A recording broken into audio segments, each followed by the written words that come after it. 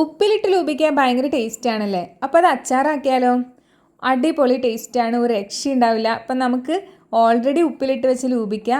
Just രണ്ടായിട്ടൊന്ന് cut ചെയ്യാം. ലൂപിക്ക് ഉപ്പിലിട്ടതിൻ്റെ കൂട്ടത്തിൽ തന്നെ കാന്താരി മുളകും കൂടി ഞാൻ കുറച്ചെണ്ണം അതിനകത്ത് ഇട്ടിട്ടുണ്ടായിരുന്നു. അപ്പോൾ അതും കൂടിയും കൂട്ടിയിട്ടാണ് നമ്മൾ അച്ചാറിടാൻ പോകുന്നത്. അത് കൂടാതെ തന്നെ കുറച്ച് പച്ചയായിട്ടുള്ള കാന്താരി മുളകും എടുത്തിട്ടുണ്ട്. കട്ട് ചെയ്ത് വെച്ച് ലൂപിക്കയിലേക്ക് വലിയൊരു സ്പൂൺ അച്ചാർ പൊടിയും കുറച്ച് കല്ലുപ്പും കൂടി ഇട്ട് മിക്സ് ചെയ്ത് ഓവർനൈറ്റ് അങ്ങനെ വെക്കുക. പിറ്റേ ദിവസം നമുക്ക് അച്ചാറിടാനായിട്ട് ഉപയോഗിക്കാം. ലൂബിക്ക് ഓൾറെഡി 1.5 ആഴ്ച ഉപ്പുവെള്ളത്തിൽ കിടന്നതായതുകൊണ്ട് ഉപ്പ് നന്നായി പിടിച്ചിട്ടുണ്ടാകും. കുറേശ്ശെ ഉപ്പ് മാത്രം ഇട്ടാൽ മതി.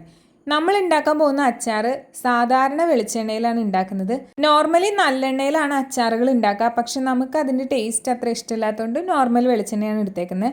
അപ്പോൾ അതിനകത്തേക്ക് കടുക് പൊട്ടിക്കുക. കടുക് പൊട്ടിക്കഴിയുമ്പോൾ ഇഞ്ചി, പച്ചമുളക്, വെളുത്തുള്ളി, വേപ്പില ഇത്രയും ഇട്ട് നന്നായിട്ട് വഴറ്റിയെടുക്കുക. ഇഞ്ചിയും പച്ചമുളകും എപ്പോഴും ചതച്ചിട്ട് ചേർക്കുന്നതാണ് അതിൻ്റെ ഫ്ലേവർ കൂടുതൽ കിട്ടാനായിട്ട് നല്ലത്. അത് കഴിഞ്ഞ് അത് ജസ്റ്റ് ഒന്ന് വഴണ്ടി വന്നു കഴിയുമ്പം ഈ നിറമായി കഴിഞ്ഞ് കഴിയുമ്പോൾ കുറച്ച് അച്ചാർ പൊടി ഇട്ട് കൊടുക്കുക. നിങ്ങളുടെ അച്ചാർ പൊടി നിങ്ങളുടെ ആവശ്യത്തിനും എരിവിനൊക്കെയാണ് ഇട്ട് കൊടുക്കുക. നമ്മൾ മുളക് പൊടിയും കൂടെ തന്നെ ഇരുന്നുണ്ട്. അപ്പോൾ ഇത് കാശ്മീരി മുളക് പൊടി ആയതുകൊണ്ട് നമുക്ക് ഒരു 2-3 സ്പൂണൊക്കെ ഇട്ടാലും കുഴപ്പമില്ല. നോർമൽ മുളക് പൊടി നമ്മൾ ആഡ് ചെയ്യുന്നില്ല, കാരണം ഓൾറെഡി പച്ചമുളകും കാര്യങ്ങളൊക്കെ ഉള്ളത് കൊണ്ട് നോർമൽ മുളക് പൊടി ഇടുന്നില്ല. കാശ്മീരി മുളക് പൊടി ഇട്ട് നന്നായിട്ടൊന്ന് മൂപ്പിച്ചതിന് ശേഷം നമ്മൾ ചേർത്ത് കൊടുക്കാൻ പോകുന്നത് ഉലുവാപ്പൊടിയാണ്. അത് 2 ചെറിയ സ്പൂൺ 2 സ്പൂൺ ഇട്ട് കൊടുക്കുക. ഈ ഉലുവ ചിലർ മിസ് ചെയ്യാറുണ്ട്, കാരണം ഓൾറെഡി അച്ചാർ പൊടിയിൽ ഉലുവയും കായൊക്കെ ഉണ്ട്. എന്നാൽ കൂടെ നമ്മൾ ആ ഒരു ഫ്ലേവർ കുറച്ച് കൂടുതൽ ഇഷ്ടപ്പെടുന്നവർ നമുക്ക് ചേർത്ത് കൊടുക്കാവുന്നതേ ഉള്ളൂ. അപ്പോൾ കായം പൊടിയും കൂടി നമ്മളിപ്പോൾ ചേർത്ത് കൊടുത്തിട്ടുണ്ട്. എന്നിട്ട് നന്നായിട്ടൊന്ന് ഇളക്കുക. നല്ലോണം ഒന്ന് മിക്സായ പൊടികളുടെ പച്ചമണമൊക്കെ മാറിക്കഴിഞ്ഞ് കഴിയുമ്പം അതിനകത്തേക്ക് നമ്മൾ വിനാഗിരിയാണ് ചേർത്ത് കൊടുക്കുന്നത്.